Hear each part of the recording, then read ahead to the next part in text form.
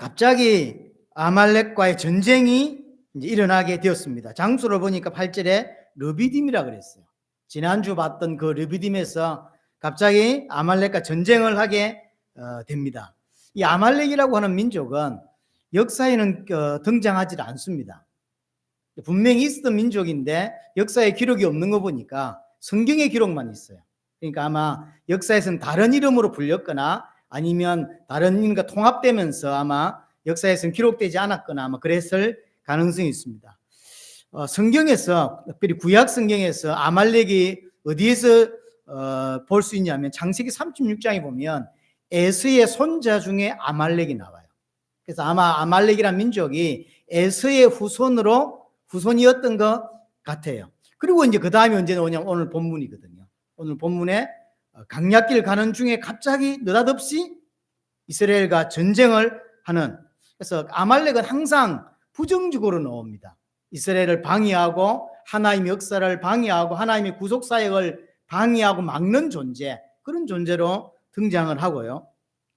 신명기 25장에 보면 오늘 출애굽기 17장 이야기를 이제 해상하는 장면이 나옵니다. 오늘 본문보다는 조금 더 다른 측면에서 기록을 해주고 있고요. 민수기 14장 가데스 바네아에서 하나님을 원망하고 돌아가자 그러고 모세를 죽이려고 하는 큰 어려움이 한번 있었죠. 이때 아말렉이 또 등장을 합니다. 그리고 이제 사사시대에도, 이제 가나안 들어간 이후에 사사시대에도 보면 이스라엘 백성들이 우상을 숭배하고 여러 가지 하나님께 죄를 짓죠. 이때 하나님께서 이스라엘 백성들이 징계하시기 위해서 모압이라는 민족을 세워서 이스라엘 백성을 어렵게 만듭니다. 그때 모압만 온 게 아니라 아말렉과 함께 와서 이스라엘 백성들을 공격하고, 그래서 이스라엘이 18년 동안 모압의 속국으로 살게 되는 일이 벌어지죠. 또 사사기 6장에서도 보면, 6장 7장에서도 보면 미디안이라는 민족, 이때 배경이 이제 여러분 아는 기드온입니다. 기드온의 배경이 되었던 미디안 민족이 이스라엘 백성을 또 공격합니다. 근데 미디안이 그냥 오는 게 아니라 아말렉을 데리고 와서 함께 또 이스라엘을 괴롭히고 어려운 일을 이렇게 행하게 되어집니다. 이게 언제까지 나오냐면 사울왕, 다윗왕까지 나와요. 하나님이 사울왕에게 이스라엘 백성들을 다 진멸하라고 했는데 사울왕이 그 말에 명령에 순종하지 않는 일이 벌어졌고, 나중에 다윗왕이 아예 역사에서 싹 씨를 말려버리죠. 이런 일이 벌어지게 되어집니다. 그래서 역사서로 굳이 따지자면 사무엘상 30장인가 31장까지가 안에까지가 쉽게 말하면 아말렉이 등장을 이제 하는 거죠. 그리고 이제 아말렉이란 단어는 나오지 않았지만 어디서 볼 수 있냐면 이스라엘 백성들이 이렇게 포로로 가 있었을 당시에 이스라엘 전체를 다 죽이려고 했던 인물이 하나 나옵니다. 그게 하만이라는 인물이죠. 그 하만이 뭐라고 되어 있냐면 에스더 3장인가 보면 아각 사람이라고 되어 있어요. 아각 사람 하만이라고 되어 있습니다. 그 아각 사람이 누구냐면 아말렉의 왕이었어요.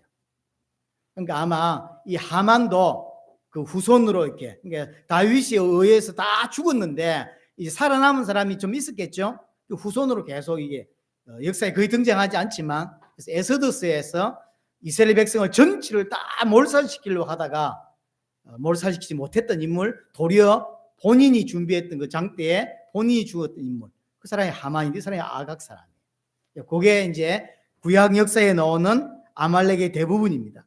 그래서 아말렉은 항상 뭐랄까 이스라엘을 괴롭히는, 요즘 말로 말하면 빌런으로 등장해요. 항상 이스라엘을 괴롭히고 하나님의 구원 사역을 반대하는 이런 인물로 등장을 합니다.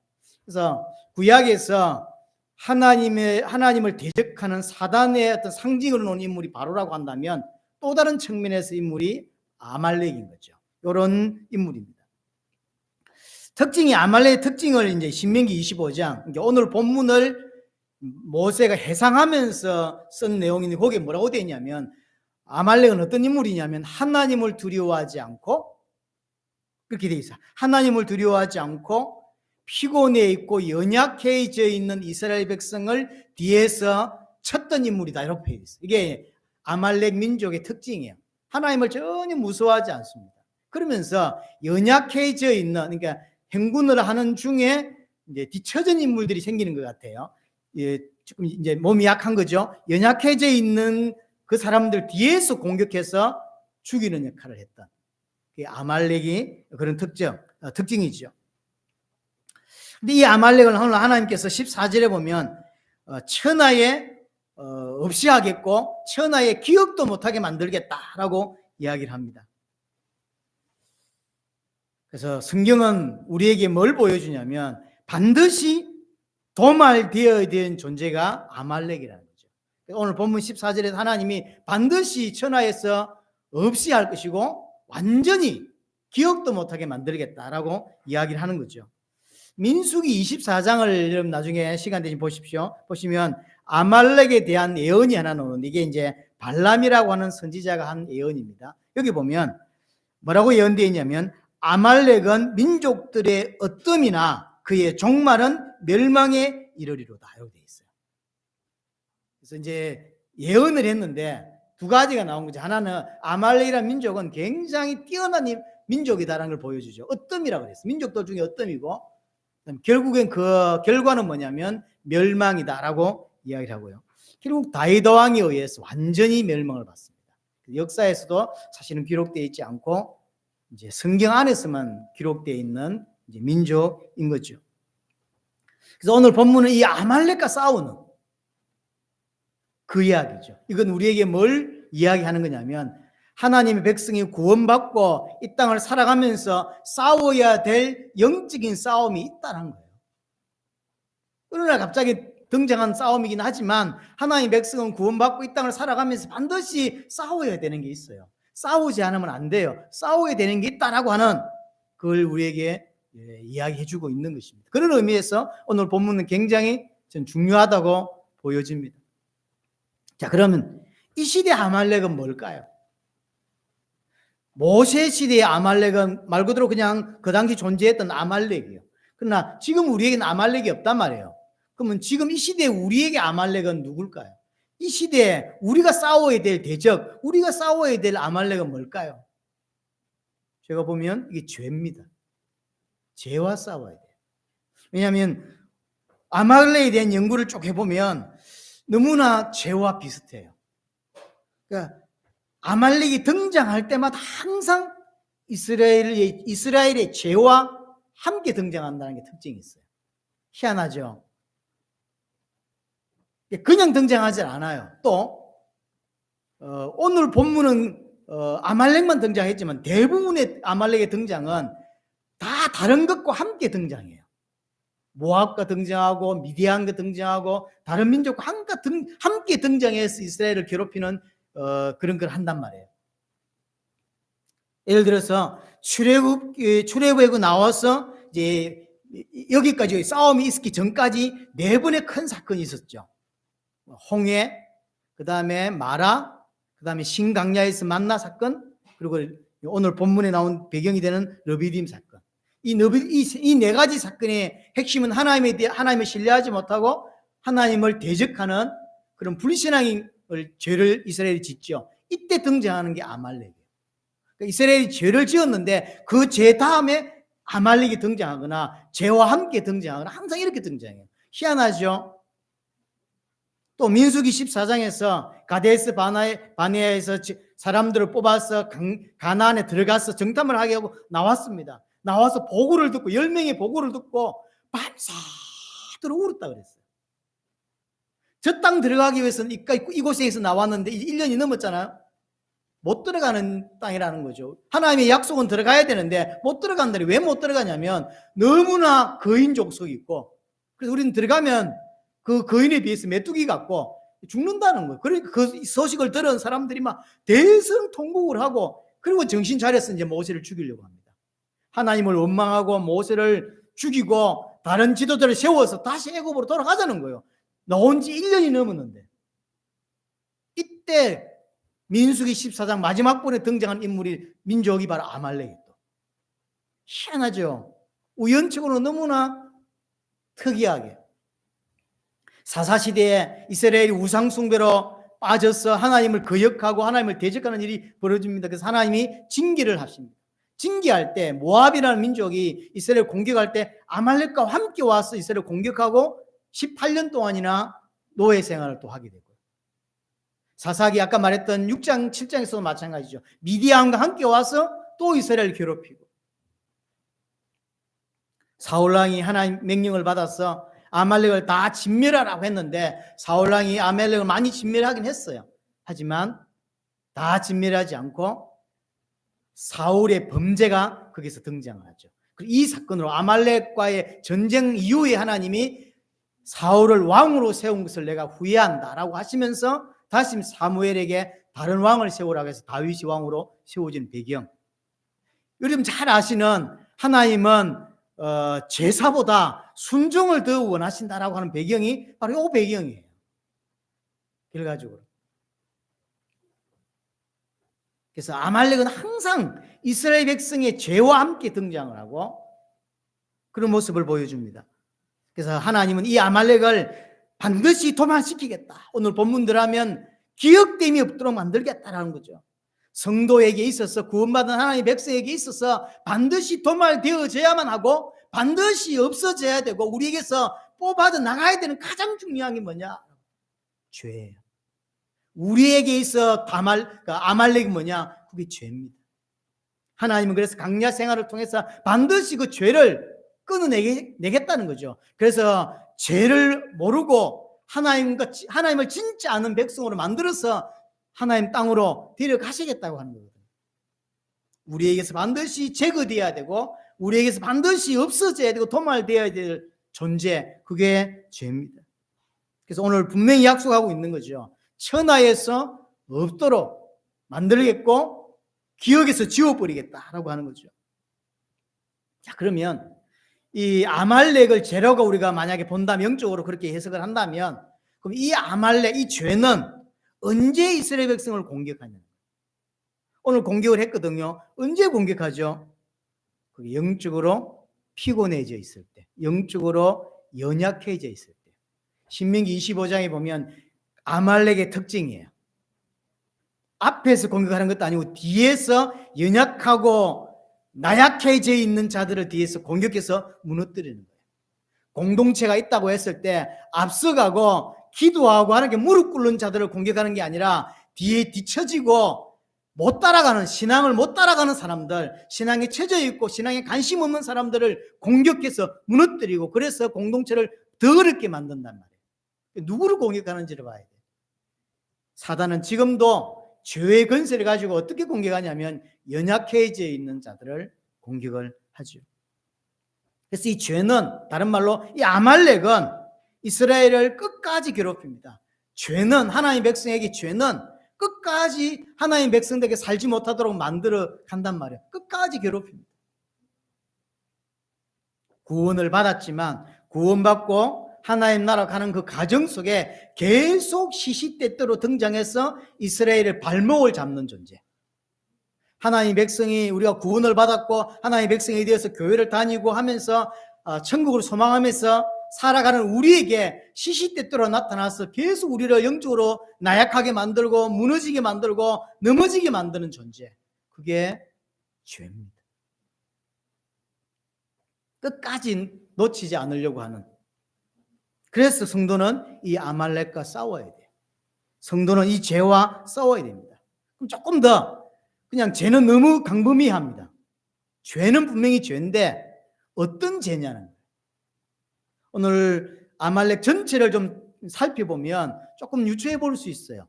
그냥 죄다라고 그것도 맞지만 조금 사무엘상 15장에 보면 이제 하나님이 사울 왕에게 아말렉을 진멸하라고 명령을 내립니다. 그 명령을 따라서 사울 왕이 전쟁을 일으키고, 그래서 아말렉의 왕이 있던 아가 왕을 잡고 백성들을 엄청 진멸해요. 죽여요. 그런데 그 다음이 문제예요. 아가 왕이 가지고 있던 좀 것들을 남겨둬요. 아가 왕도 남기고, 아가 왕이 가지고 있던 많은 재물도, 왕이었으니까 많은 재물들이 있어서 아닙니까? 그걸 다 남겨요. 쉽게 말하면 아말렉의 죄라고 할 때, 아말렉을 죄로 본다고 할 때 하나님의 백성에게 이 죄가 어떤 부분을 계속 공격하냐면 탐심, 욕심, 이 부분을 공격해요. 그래서 사울 왕이 하나님을 아는 자고 하나님을 믿는 자였으나 결국 어디에 밀렸냐면 욕심에 이끌려서 하나님의 말씀을 순종하지 못하게 돼요. 나중에 선지자가 와서 묻죠. 왜 그렇게 했냐라고 하니까 변명합니다. 뭐라고 변명하냐면 너무 살찐 송아지를 봐라. 하나님께 예배하려고 했다. 전부 거짓말입니다. 내 자식이 성공하면 하나님께 영광이 됩니다. 이렇게 이야기하고 우리 교회가 부흥이 되면 하나님께 영광이 되고 내가 하나님의 백성이 내가 잘 살아야 내가 복을 받아야 믿지 않는 여러 친척들과 믿지 않는 주변의 사람들이 하나님 믿으면 저렇게 되는구나. 그래서 영광이 돌아될 거 아니냐라고 하는데 거짓말입니다. 절대 그렇지 않습니다. 그 사람들이 그렇게 보고 교회로 오면 하나님을 우상 숭배하게 돼 있어요. 무슨 말이냐면 하나님을 믿으면 하나님이 누군지 알아가고 믿는 게 진짜 신앙이 그렇게 가이들 그렇게 하지 않아요. 왜냐하면 이 사람을 보니까 교회 와서 기도하고 하나님 잘 믿으니까 부자 됐다는 거죠. 부자 되려고 교회 오고 하나님 믿는 거지 진짜 믿는 게 아니에요. 그래서 결국은 나처럼 또 우상 숭배자를 만들게 돼 있고 그런 식으로 교회가 부흥이 됐어요. 지금 대한민국 전 세계 하나님의 이름으로 얼마나 많은 사람들이 우상 숭배한다고요. 거짓말하지 마셔야 돼요. 왜 안 죽였어? 그랬더니 왜 진미를 하는데 안 했어? 했더니 하나님께 영광 돌리려고. 하나님께 예배하려고. 거짓말입니다. 여러분들이 망한다고 하나의 영광이 땅에 떨어지고 여러분들이 엄청난 육신적으로 성공한다고 하나의 영광이 되는 게 아니에요. 하나님의 뜻, 성경이 원하는 건 하나입니다. 하나님의 뜻, 아버지가, 예수님은 말씀하시죠. 아버지가 나를 보낸 이유가 뭐냐? 아들을 보고 믿는 거라 그랬어요. 믿는 거죠. 그 외에도 아버지의 뜻이 뭐냐? 아들을 믿는 거, 예수를 그리스도로 믿는 거예요. 성경의 기록의 목적이 뭐냐? 예수를 그리스도로 믿는 거예요. 진짜 영광이 되는 건 여러분이 진짜 예수님을 그리스도 제대로 믿고 하나님을 믿는 게 영광이 되는 것이지. 여러분들이 믿음의 어떤 형태를 통해서 여러분들이 육신적으로 잘 되고 부자가 되고 이런 것을 통하여 영광이 되는 게 아니에요. 여러분 그렇게 되는 거, 그건 여러분 육신이 좋은 거예요. 그냥 그래 돈을 많이 벌어서 여러분들이 좋은 거죠. 영광과 상관이 없어요. 거짓말하지 말아야 돼요. 계속 우상숭배하게 만든다니까요. 나처럼 내가 교회 가서 이렇게 했더니 40일 금식 기도했더니 하나님이 이렇게 주셨다는 거 들은 사람 중에 따라 하거든요. 또 우상숭배하게 만들어요. 교회 와서. 그렇지 않습니다. 사울의 죄가 뭐냐면 하나님의 말씀에 순종하지 않고 육신을 따라간 거. 이게 사울의 죄입니다. 하나님을 의지하고 하나님만 순종하고 하나님께만 이렇게 붙잡고 살아가야 되는데 그게 아니라 자기 육신을 위해서 하는 거. 육신을 위해서 남겨둔 거. 육신을 위해서 내 육신적 유익을 위해서 살찐 송아지를 남겨뒀다는 거죠. 이게 사울의 죄입니다. 반대로 아말렉을 없앤다, 아말렉을 진멸한다라고 할 때 그 말은 무슨 말입니까? 전적으로 하나님께 순종한단 말이에요. 그게 아말렉을 진멸하는 거예요. 우리 안에 우리는 계속 아말렉과 싸워야 되는데 그 아말렉을 진멸한다는 이야기는 온전히 하나님께 순종한다란 말이에요. 죄라고 하는 게 구원을 이루어가는 과정 속에 반드시 싸워야 되는 존재예요.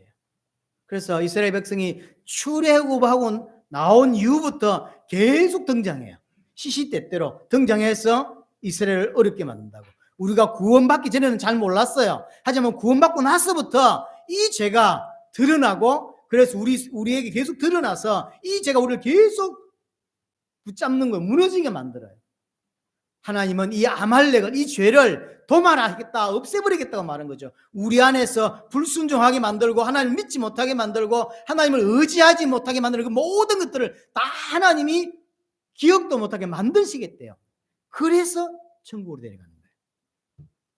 그래서 이 시대의 아말렉이 뭐냐? 죄입니다. 그것도 구체적으로 말하자면 욕심이에요. 육신적인 것. 그래서 사울의 죄가 딴 게 아니라 육신을 쫓아가는 삶, 그게 죄입니다. 구원받은 하나님의 백성이 가장 경계해야 될 죄가 이거예요. 다른 죄도 많습니다. 다른 죄도 많지만 가장 궁극적으로는 여기 베이스입니다. 하나님 말씀보다 육신을 따라가고자 하는 마음, 그게 아말렉입니다. 우리는 이 아말렉과 싸워야 되고 반드시 우리에게서 뽑아내야 되고 싸워서 이겨야 되는 것이죠. 자, 그 아말렉이 지금 어디 있냐? 내 마음속에 있어요. 내 마음속. 로마서 7장 8장을 좀 참고하시면 좋을 것 같습니다. 바울이 예수를 믿고 예수를 핍박하던 자였던 바울이 돌이켜서 회개하고 예수를 믿고 전도자가 되었습니다. 그리고 오랫동안 세계복음을 위해 헌신하는 중에 중요한 고백을 합니다. 뭐라고 고백하냐면 나는 한 가지 법을 깨달았는데 하나님을 향하여 살고자 하는 선한 법과 함께 내 안에 악이 함께 있더라는 거예요. 놀랬다는 거예요. 그래서 내 안에 두 가지 법이 있더라. 하나는 하나님을 위해 살고자 하는 선한 법, 하나님의 법이 존재하는데 나는 그것만 있을 줄 알았어요. 그런데 아니요. 내 안에 죄의 법이 존재하더라요. 그 죄의 법이 뭐냐면 자꾸 육신으로 살고자 하는, 이게 계속 어떤다 싸우더라는 거예요. 내 마음에.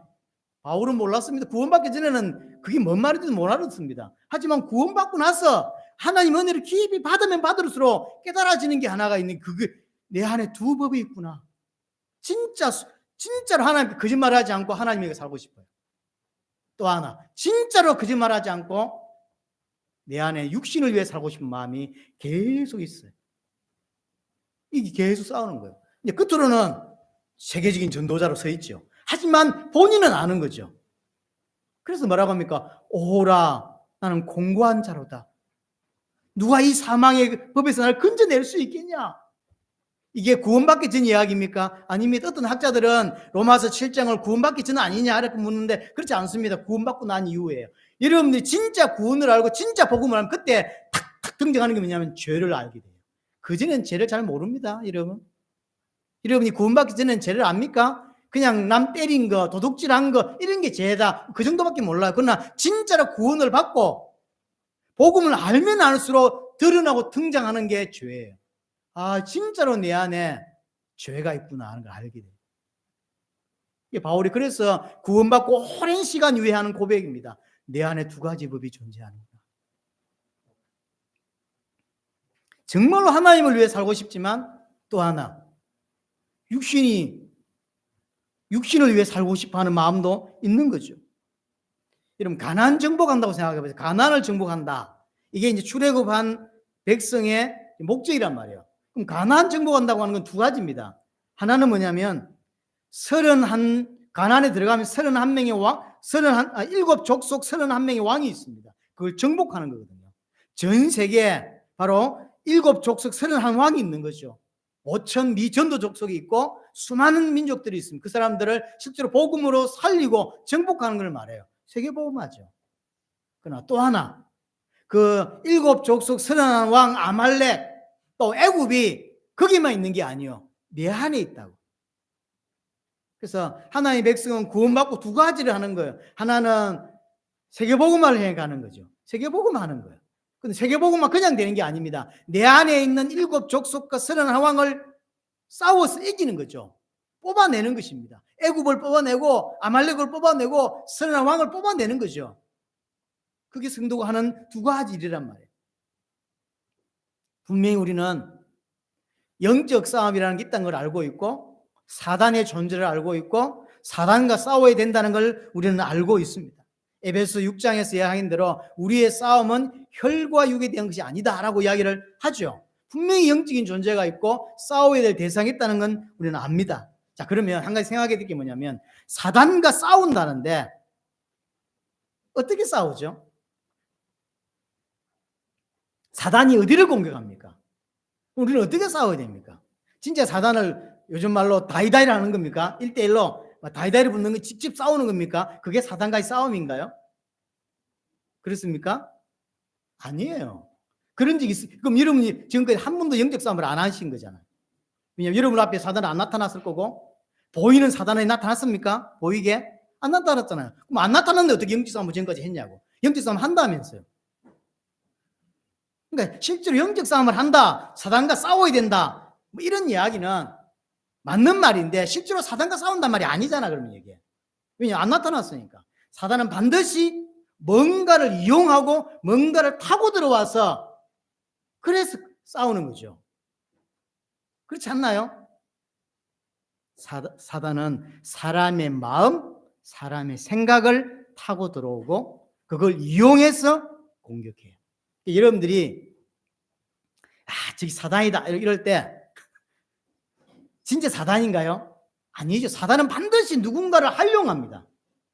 그리고 그 마음을 타고 들어와서 그 마음의 문제를 타고 들어와서 공격을 하는 것이지. 그래서 그 부분을 보고 저 사람이 아니잖아. 그 사람 배우의 사단 이렇게 이야기하는 것이지. 그럼 사단은 한 번도 이러면 직접 공격한 적이 없어요. 거의 대부분. 물론 있긴 합니다. 우리가 몰라서 그렇지. 그러나 그거는 0.01%도 안 돼요. 진짜 사단의 공격은 누군가를 이용하고 누군가의 마음을 활용해서 통로로 들어와서 장악하고 그걸 이용해서 나를 공격했지 한 번도. 그래서 우리는 사단과 다이다리 붙은 적이 한 번도 없는 거예요. 반드시 사단이 타고 들은 통로들이 있잖아요. 그래서 에베소서 4장에 마귀에게 틈을 주지 마라 그러죠. 틈이 있고 통로가 있어요. 통로가 열어주니까, 통로를 확실하게 열어주니까 들어와서 장악하고 그리고 나를 공격하는 거죠. 그 마음. 그래서 그 통로가 뭐냐라고 할 때 결국 사람의 마음이고 사람의 생각이에요. 근데 그 사단에게 장악될 수밖에 없는 마음 상태, 생각의 상태를 가진 자들을 이용하고 그들이 공격을 하는 거죠. 결과적으로. 사단 입장에서 볼 때는 그렇게 하는 거죠. 굳이 따지자면 아바타가 된 거죠. 그러면 어떤 마음이냐고요. 그게 바로 육신적인 마음이에요. 육신을 위해 살고 싶어하고 육신의 탐심, 육신의 욕심, 그 다음에 상처, 어떤 트라우마 뭐 이런 거 있잖아요. 마음에 여러 가지 문제를 일으킬 수 있는 많은 어떤 부분들이 있습니다. 그래서 어떤 상처를 받았다, 어떤 트라우마가 있다, 어떤 미움이 들어왔다. 이게 전부 다 마음과 관계된 거예요. 자꾸 사단과 싸운다, 영적 싸움을 한다고 하면서 이런 마음의 문제를 다 제껴놓고 진짜 사단과 직접 싸운다고 생각하는가 봐요. 근데 직접 싸우지도 안 해봤잖아. 그럼 맨날 말만. 그러니까 많은 사람들이 막 기도하면서 결박을 받을지라는데 틀린 말은 아닙니다. 그게 전도 현장에서는 현장에서 필요가 있을 때가 있어요. 하지만 대부분 99. 몇 프로는 그렇게 안 싸워집니다. 그렇게 싸운 적이 없다니까 사람. 근데 그렇게 한다는 것은 벌써 사단을 잘 모른다는 것이고 사단이 어떻게 공격할지 모른다는 거예요. 그러니까 성도들은 100% 지는 거예요.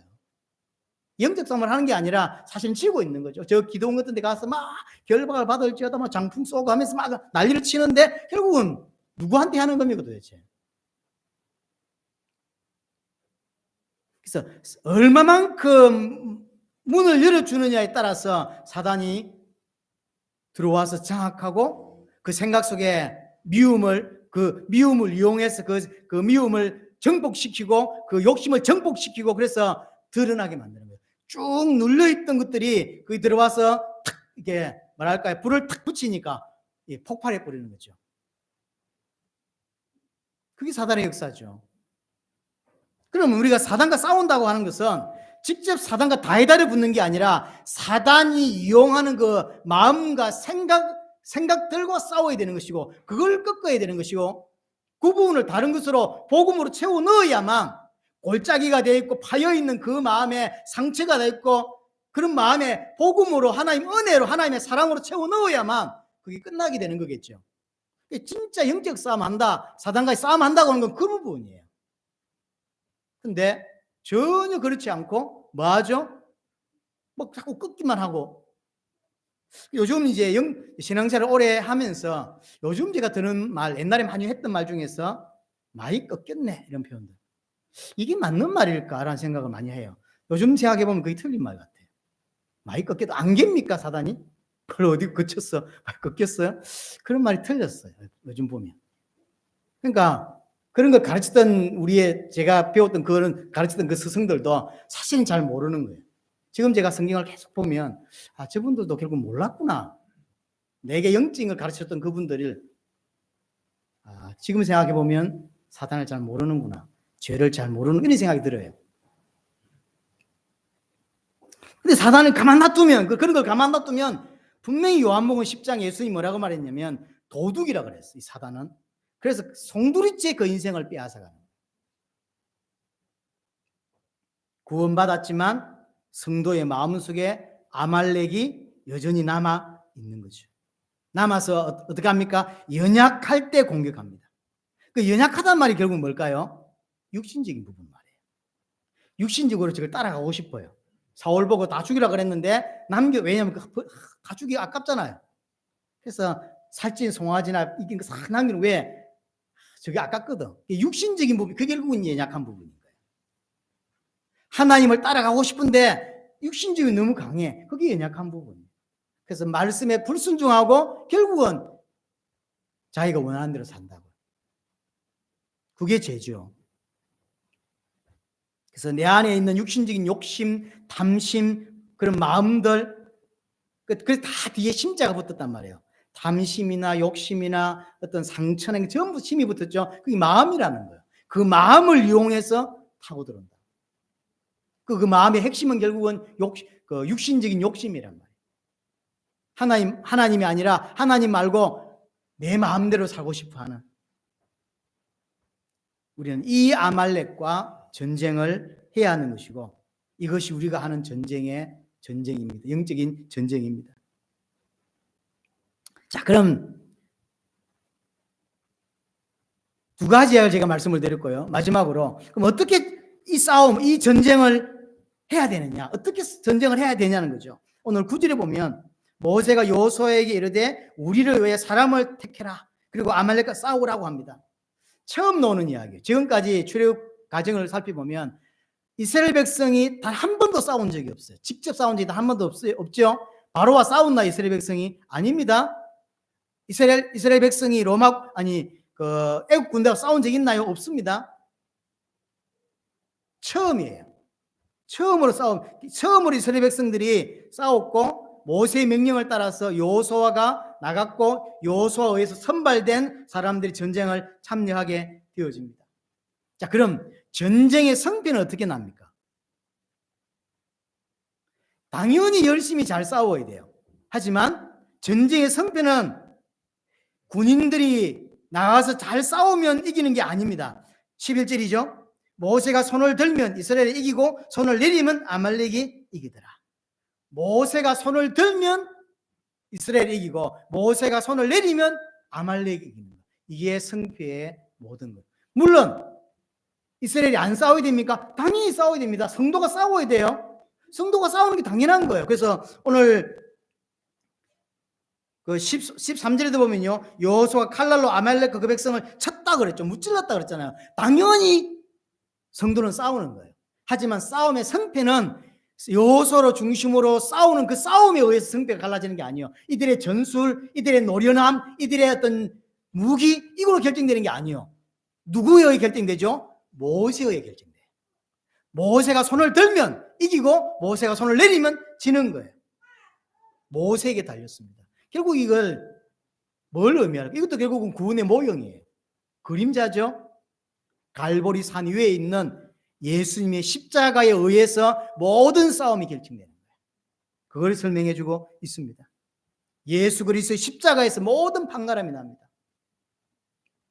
예수님이 우리 대신 저 산 위에서 싸우셨고 그 싸움을 십자가를 통해서 완전히 이기셨던 거죠. 단번에 영원히 온전케 하셨어요. 그 십자가 마지막 돌아가실 때 다 이루셨다고 하시죠. 그래서 싸움의 성패는 우리에게 있지 않습니다. 예수 그리스도에게 있어요. 분명히 우리가 싸워야 되는 게 맞습니다. 오늘 여호수아도 싸웠습니다. 싸워야 돼요. 싸우지 않는 성도는 사실 그거는 올바른 신앙이 내 모습이 아닙니다. 그 신앙을 벌써 졌어요. 싸우는 게 당연한 것입니다. 하지만 우리가 싸운다고 이길 수 있는 대상이 아닙니다. 그렇죠? 우리가 싸운다고 이길 수 있는 대상이 아니에요. 모세가 손을 들어야만 이기는 싸움이에요. 예수 그리스도께서 내 대신 십자가에 대신 주고 주셔야만 이길 수 있는 싸움이라는 거죠. 산 위에 모세에 의해서 성패가 좌우되고 산 위에 있는 예수님이신 십자가에서 성패가 좌우되는 그걸 모형으로 보여주는 것입니다. 어떤 사람도 너무 심하게 설명하는 사람도 있습니다. 아론과 훌이 올라가서 이게 손을 붙잡았지 않냐. 그러니까 예수님 십자가 칠 때 양쪽에 있었다는데 그건 너무 강한 거고요. 그렇게까지 모든 걸 1대1로 대입하는 건 옳지 않습니다.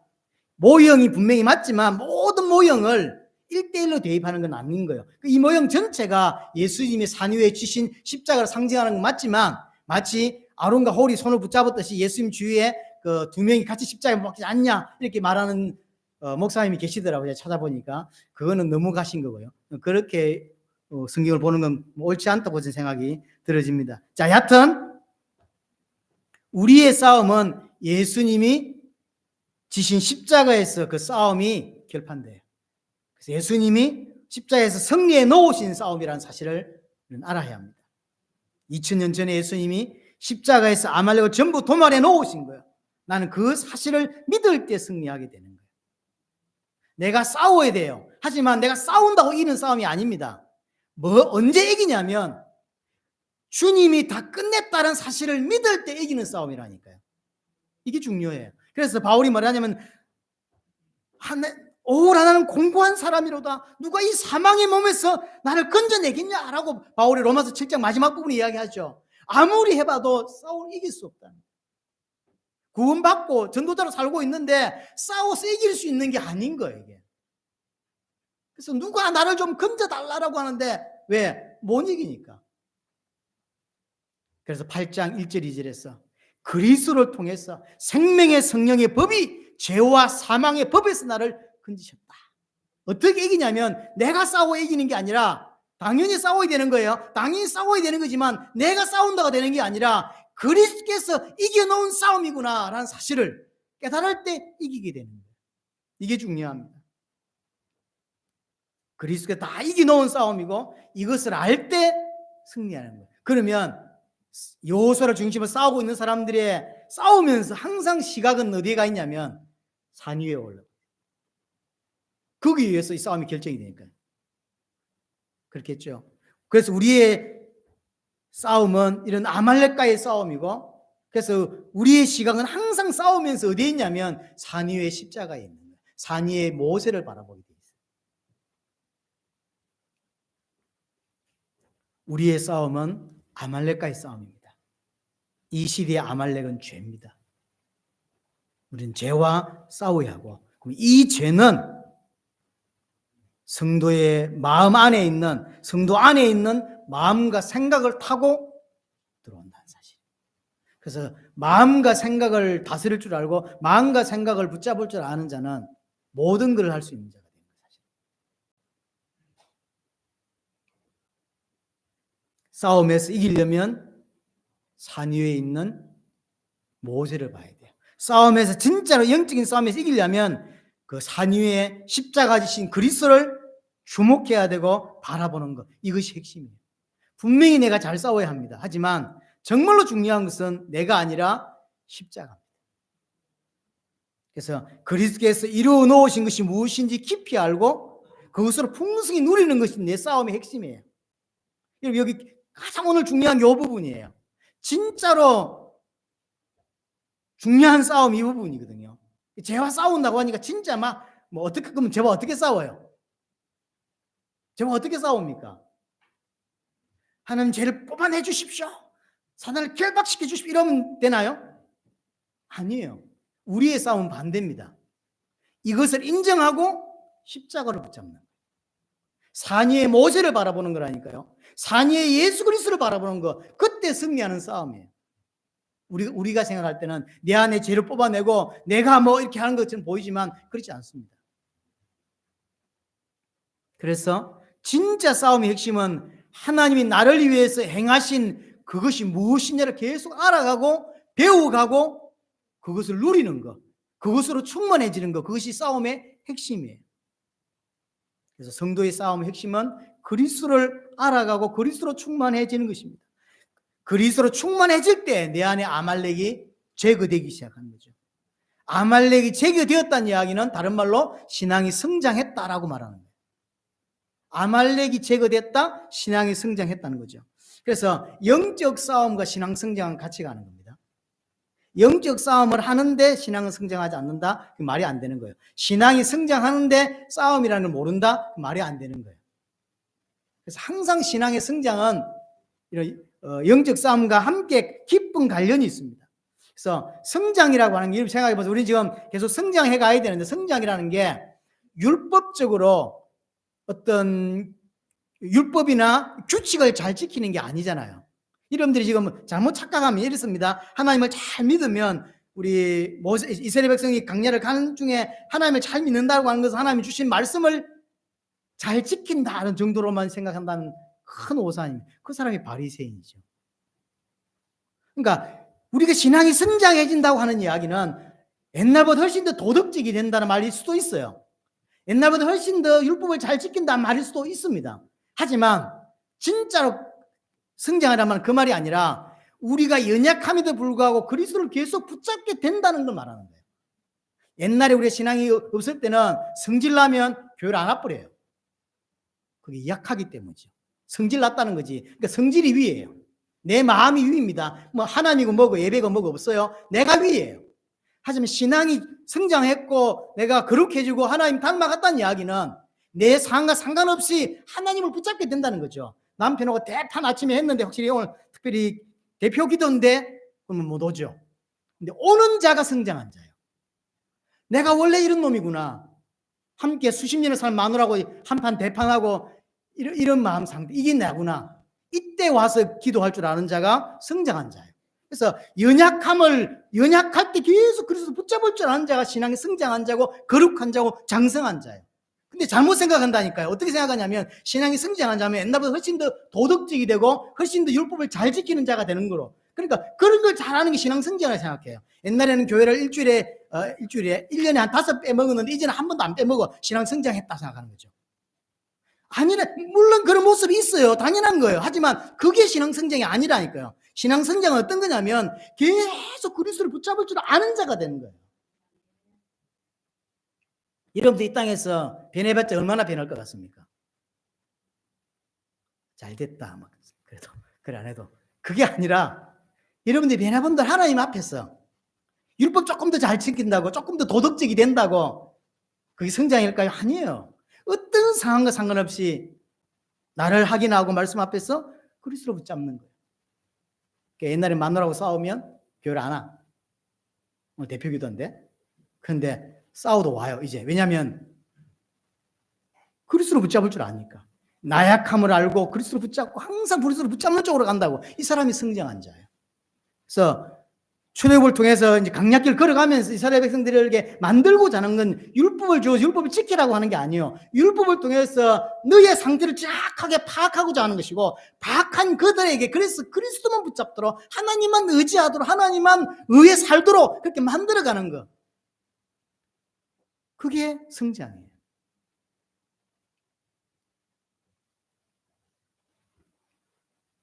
그래서 영적 싸움이라고 하는 것이 예수님께서 십자가로 행하신 것을 더 깊이 알아가는 것. 그게 영적 싸움이에요. 혹시 집에서 혼자서 사단을 결박하고 있었던 분 계시면 그만 결박하시고 그리스도를 더 알아가셔야 돼요. 그런다고 꺾이는 게 아닙니다. 놔두고 우리는 그리스도를 알아봐. 그래서 내게 십자가를 통해 행하신 그게 뭐지? 내게 이런 걸 줬단 말이야. 계속 더 알아가고 그것으로 채워가고 깨닫고 그래서 붙잡는 그것이 우리가의 진짜 영적 싸움인 거예요. 어떤 사람 저 산 위에 올라가서 결박을 받을지어다 이러고 앉아 있는데 그래 결박 안 됩니다.